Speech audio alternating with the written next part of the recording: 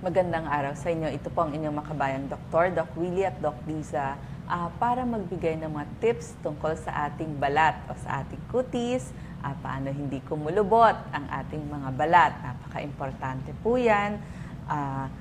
Kasi una muna, ang ating balat may 3 layers yan, 3 palapag. Yung unang palapag ay tinatawag na epidermis.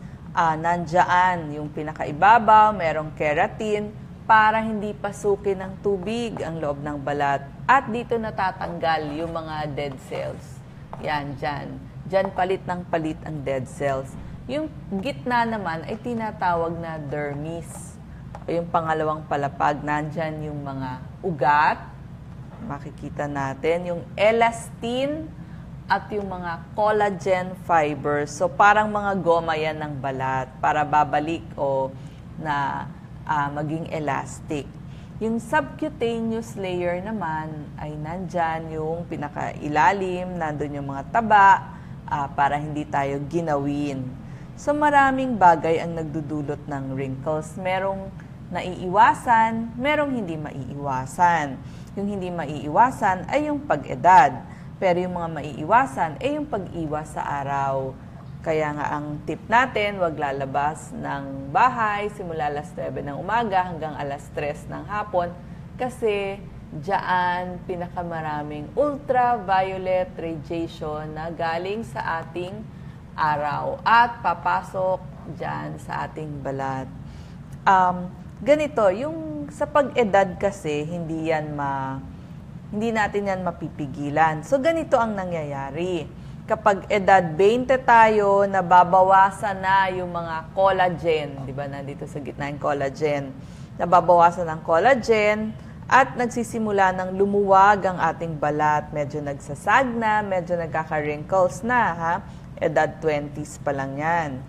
Edad 30, nababawasan na ang moisture. Lumiliit na kasi itong mga fat cells dito sa ating balat. Kaya medyo tuyot na tingnan. Kaya dyan pumapasok yung moisturizer na kailangan natin gamitin.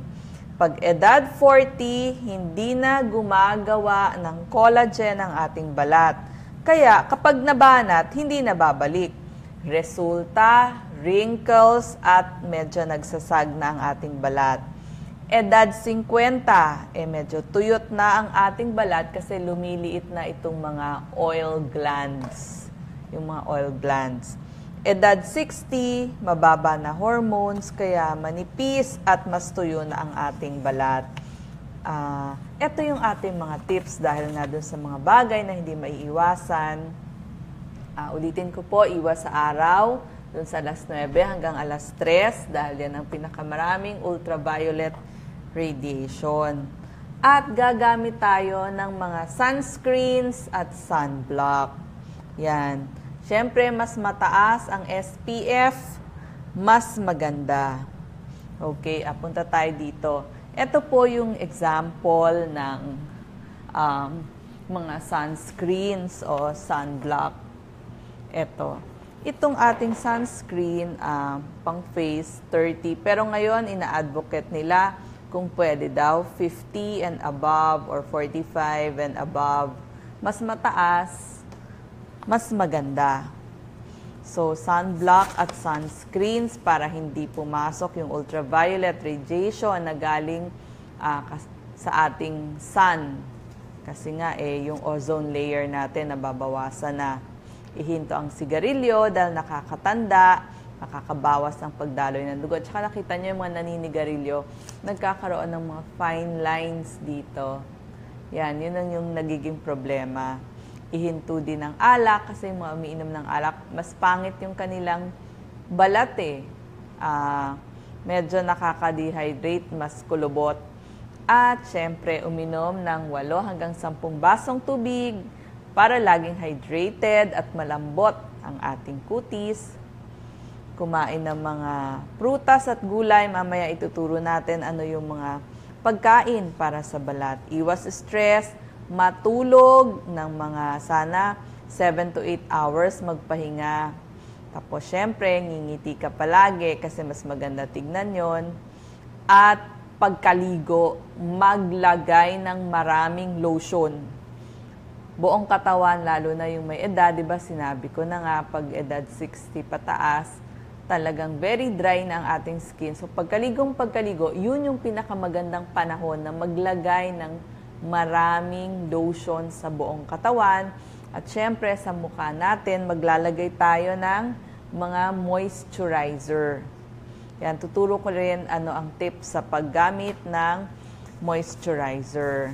So, pagpili ng moisturizer, meron ng mga smart moisturizer ngayon eh. Pag dito sa T-zone, mas hindi ka gagawing oily. Tapos, pag dito naman, very dry dito, dyan siya maglalagay ng mas maraming oil. So, yun yung mga kagandahan ng mga moisturizers. So, pagkaligo, lagay po agad ng moisturizer. At syempre, maghihilamos ng muka sa umaga, sa gabi, yung malamig o maligamgam na tubig. Huwag masyadong mainit kasi lalong madadry yung inyong muka.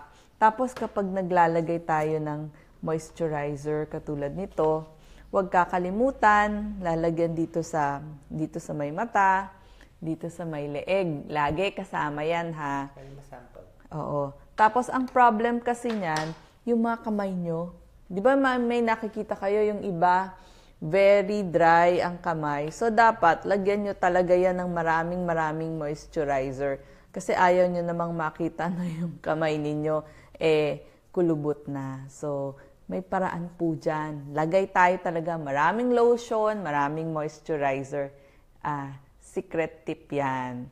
Tapos, iwasan na mapaglaruan ng mga bata. Tapos, iwasan nyo rin na huwag pumunta sa inyong mata kasi medyo masakit din sa mata. Tapos yung mga beauty products ninyo, dun sana sa malamig na lugar, wag dun sa masyadong tapat sa araw kasi mas mabilis masira. So mas maganda dun sa medyo malamig-lamig para tumagal. Tapos yung ating mga foods naman, laging tinatanong, ano ba ang pagkain maganda sa ating balat? Ituturo na natin. Unang-una itong peanut butter, mani, peanut oil. Marami kasi itong taglay na unsaturated fatty acid. So, bagay yan sa mga eczema, dry skin, dermatitis. Pipino. Syempre, maraming taglay na tubig yan, alkaline water, para ma-hydrate ang ating balat. At meron din siyang sulfur para sa healthy skin cells, healthy na kuko, healthy na buhok. So, bagay sa mga eczema, dermatosis, psoriasis, bagay yan. Mangga. Maraming provitamin A, carotenoids, antioxidants. So, panlaban, pag antioxidants, panlaban sa mga free radicals o pag-edad ng mga cellula natin. So, laban yan sa eczema, sa mga skin dryness, skin aging, yan, skin degeneration, at yung mga beans. Ito, beans kasama tofu, tokwa. Marami kasi siyang niacin o B3, pantothenic acid.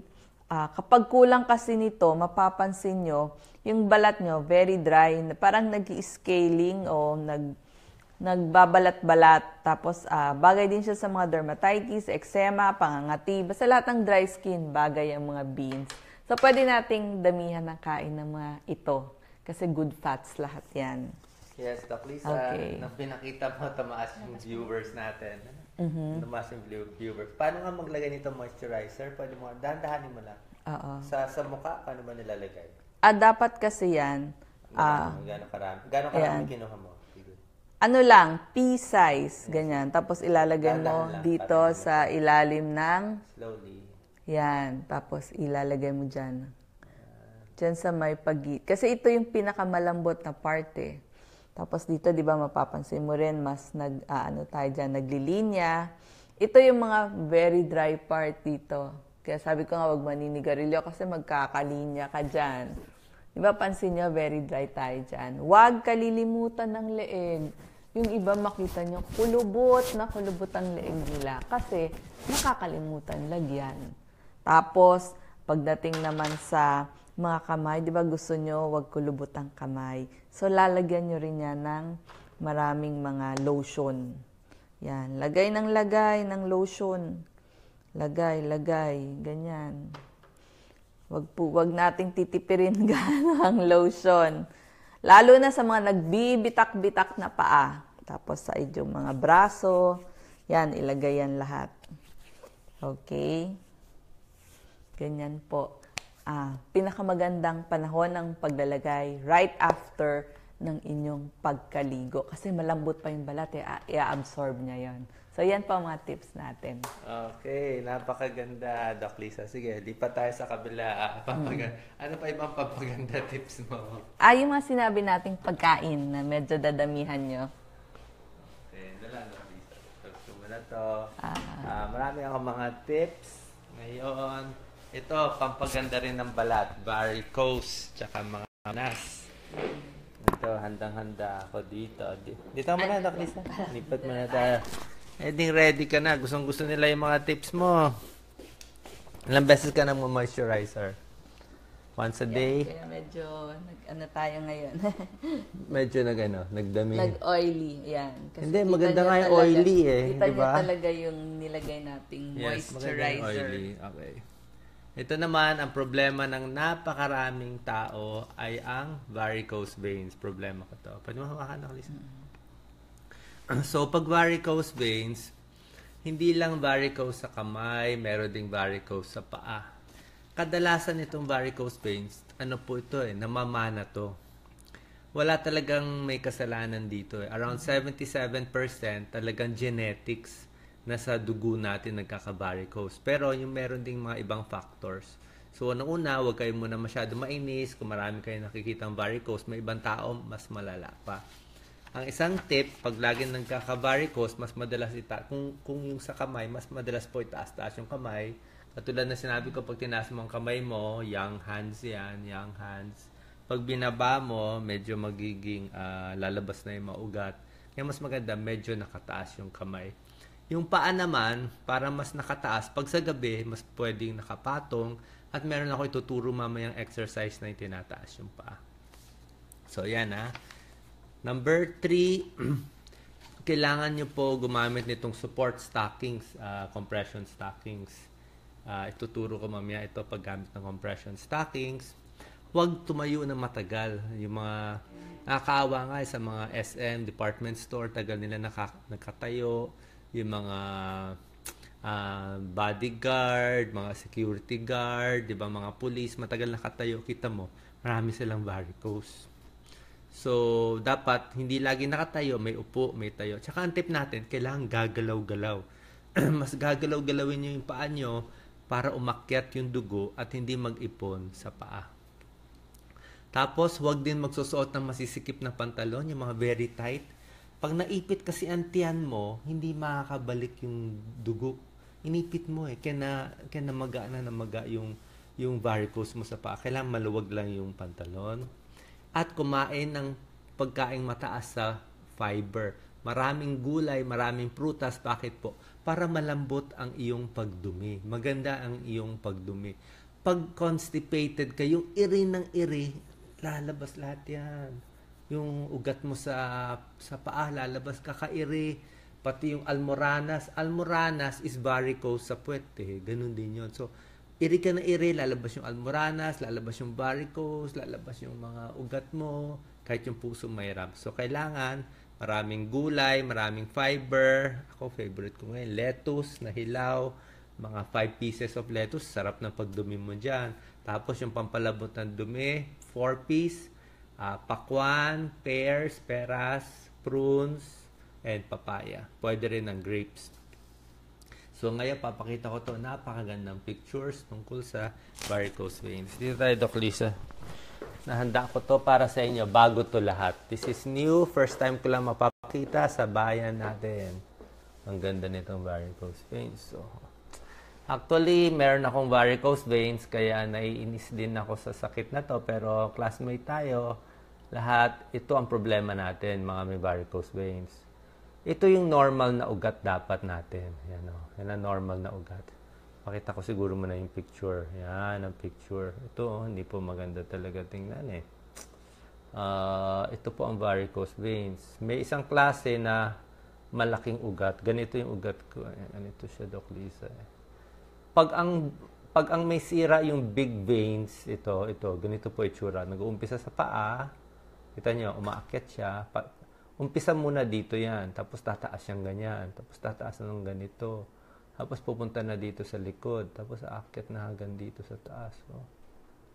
So, yan ang varicose na sa venous veins. Deep veins to.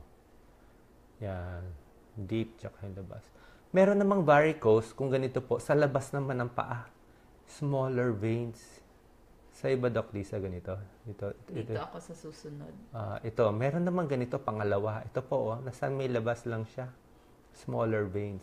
Ganito ba yung varicose ninyo? At meron naman varicose, ito kay Doc Lisa. Spider veins. Ito, spider veins, oh.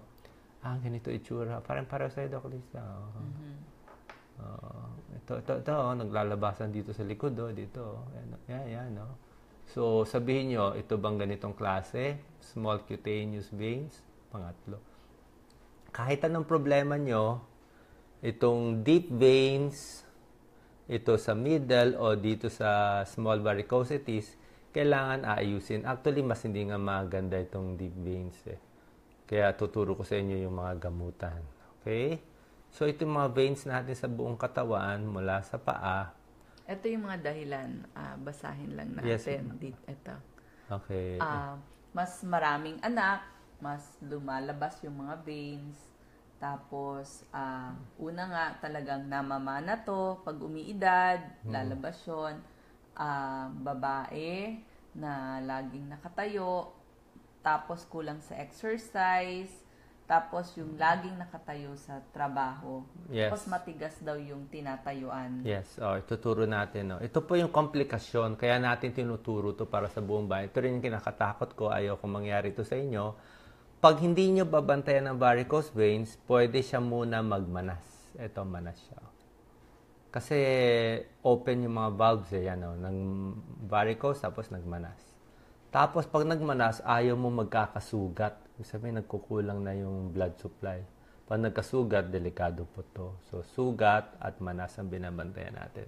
Ito yung mga ugat natin sa buong katawan. Ito mula sa paa, paakyat siya. Lahat tayo may ganitong ugat. Tapos may valve siya. May valve siya sa loob. Pinapakita ko lahat ng ugat natin. Veins to, hindi to arteries. Hanggang sa pataas. Ito ang normal vein, ito abnormal vein. Napakahalaga nito. Ito yung normal sa kaliwa. Doc Lisa, pakihawak naman ito. Sige, steady mo lang para hindi sila mahilo. Yan. Ito normal, may valve siya. So, pag galaw mo ng paa mo, akyat siya agad yung dugo mo. Napakaganda.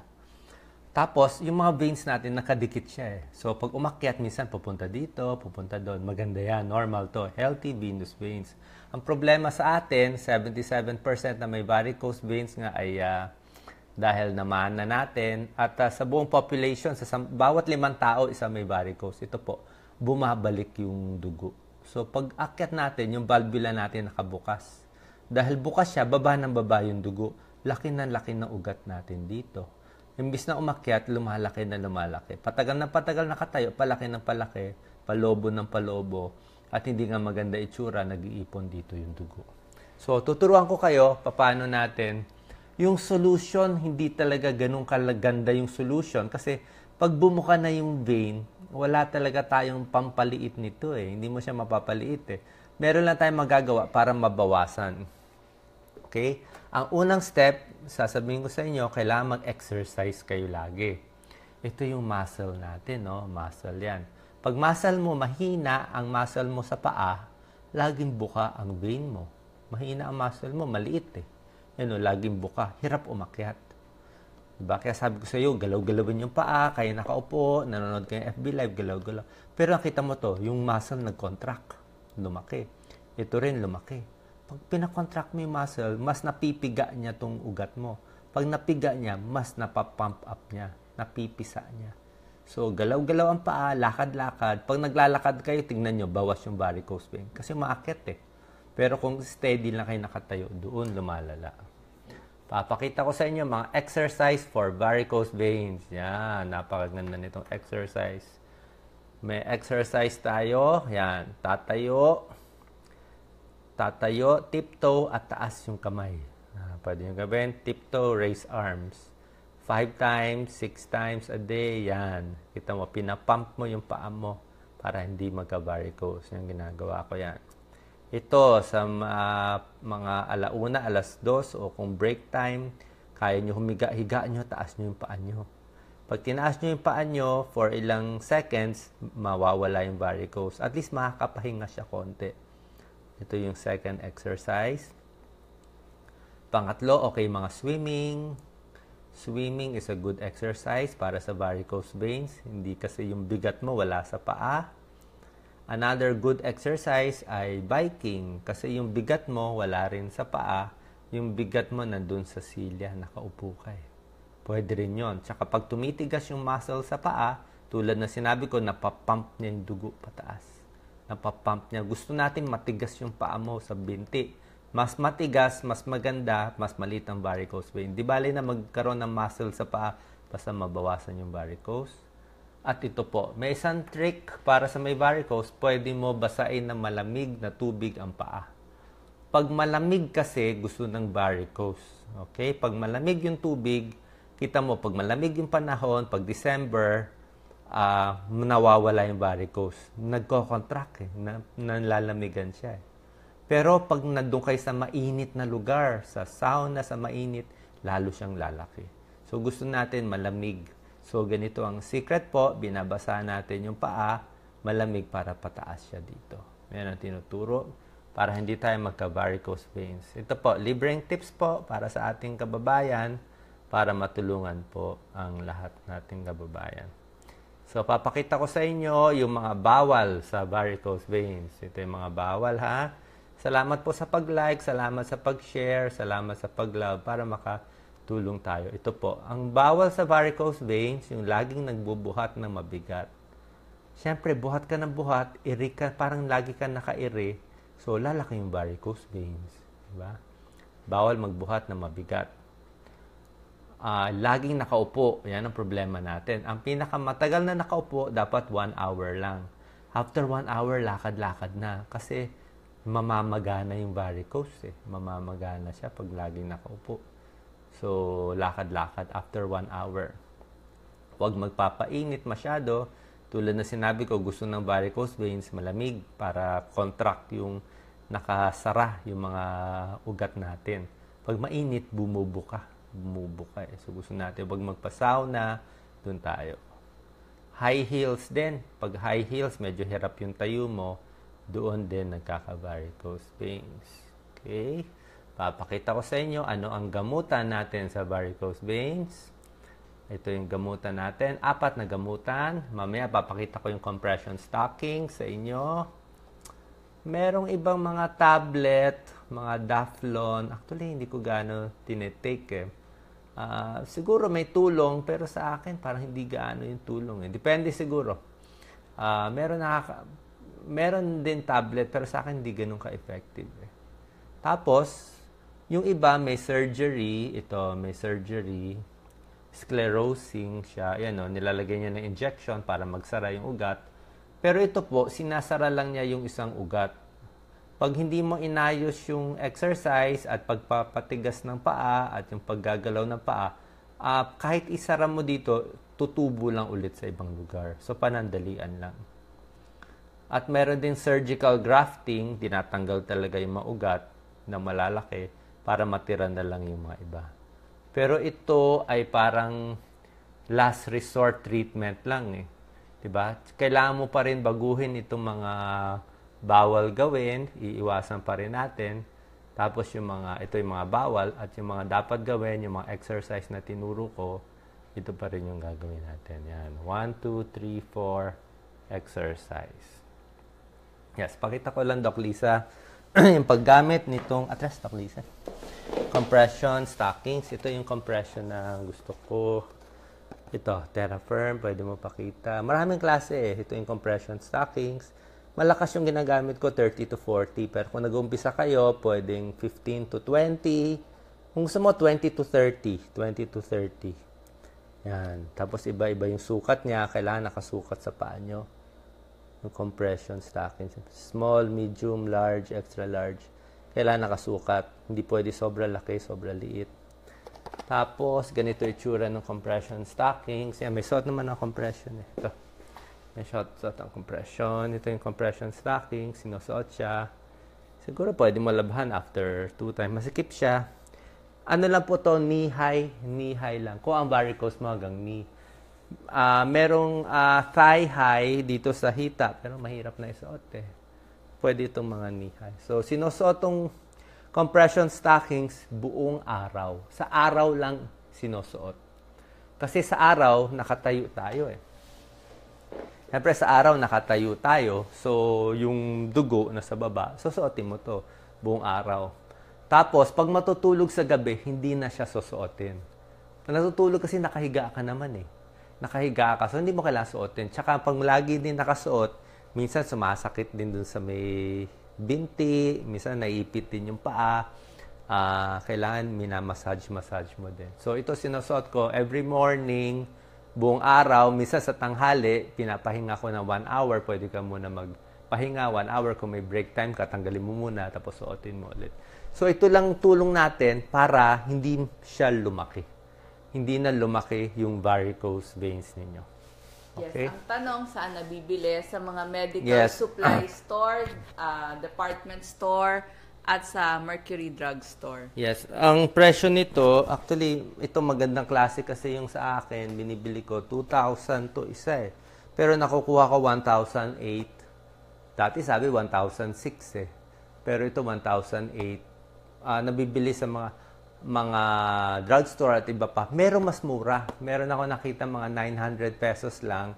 Pero yung 900 minsan mabilis mapunit, mabilis masira. Hindi po pareho ang compression stocking sa mga stockings ng babae. Yung stockings ng babae, 'di ba Doc Lisa, pang ano lang 'yun eh, pampaganda lang eh. Wala talagang ipit eh. Kung gusto mo pang varicose, kailangan yung may compression. Tapos yung level nga 15 to 20, pwede na. Ako, minsan gusto ko yung mas malakas, 20 to 30.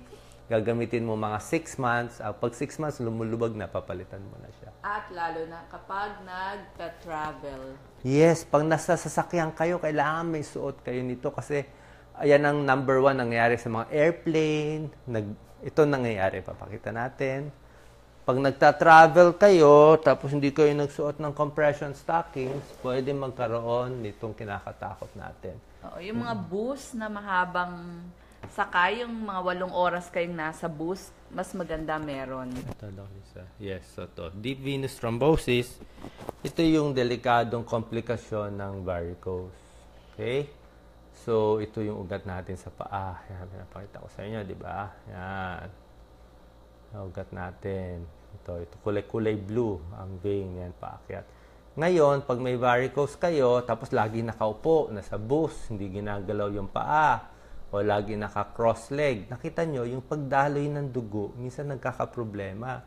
Ito yung dugo natin, itong pula, Doc Lisa, pakihawak. Itong pula yung dugo natin. Kung di kayo gumagalaw, isang oras nakaupo, pwedeng magdikit-dikit itong mga dugo mo sa paa. Ayan, nag-clamp nag-clamp. Dahil nag-clamp siya, nagkaroon na parang, nagdikit-dikit na siya. So, pagka-clamp niya, umakyat na siya dito. Yan. So, dumami na tuloy yung paggabuo. Tapos, umakyat pa siya dito. At umakyat, pwede magbara sa baga. Okay? So, papakita ko sa inyo paano nangyari. Ito po, nagbuo sa loob, nagbuo. So, dito nagbubuo yan sa may paa. Kaya sabi ko sa inyo, maganda yung compression stockings, nakaipit to. Pag nakaipit, hindi siya gaano magbubuo eh. Nakaipit kasi eh. Nakapisa yung vein eh. Napipisa natin to eh. So, mas umaakyat eh. Hindi ba sinabi ko sa inyo, bukas yung valvula. So, ito, pag wala kang compression stockings, di mo ginagalaw ang paa nyo, ngayon, galaw-galaw nyo, sipa-sipa, ayan, magbubuo yan. Pag nagbuo, aakyat yan. Aakyat yung nagbuong dugo. Aakyat.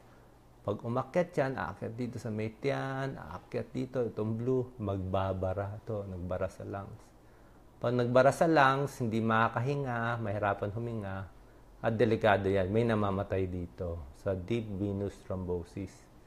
Yung mga airplane rides, lagi naka-airplane, matagal nakaupo, lagi nasa bus, hindi ginagalaw ang paa, Kaya sabi ko sa inyo, every hour, every 30 minutes, tayo-tayo para gumanda ang daloy. Tsaka isang symptoms nito rin ay ang pagmamanas. Pakita ko na rin itong pagmamanas, Doc Lisa. Okay ba itong varicose? Last ko na lang ito, pagmamanas. Napakaganda nitong pagmamanas. Okay, ito papakita ko. Para malaman po kung meron kayong, ito po. Para po malaman kung meron kayong manas o wala, ito po ang pag-test natin.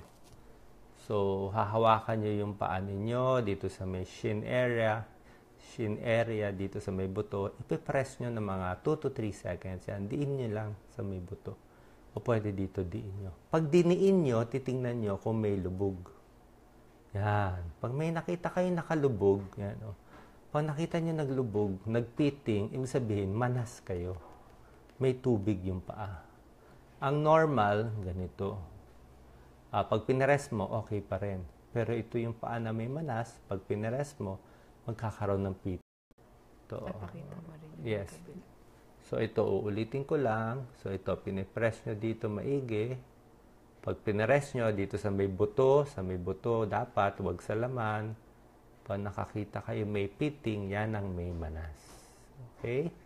Tapos papakita din natin ano yung normal foot tsaka yung may manas. So ang normal, ito, kita mo maganda yung paa niya. Yan, oh, walang manas.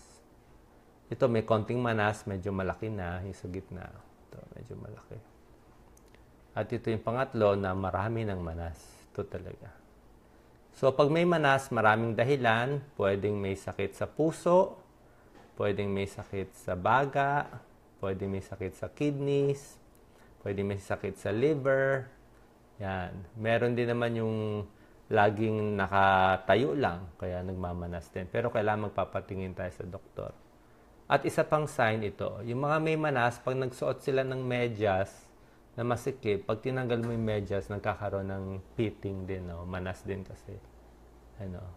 Nagkaka-line. Okay lang konting line, pero pag maraming line, manas din yan.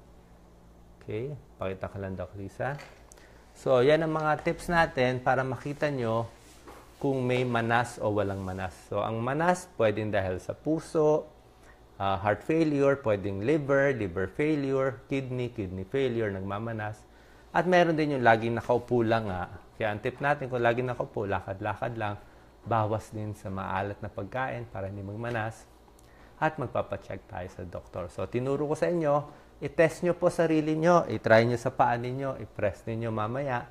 Tingnan nyo ngayon, may manas ba o wala? Kung may manas, magpa-check up kayo para maggamot natin maaga kasi ang goal natin na maging healthy kayo at humaba ang buhay.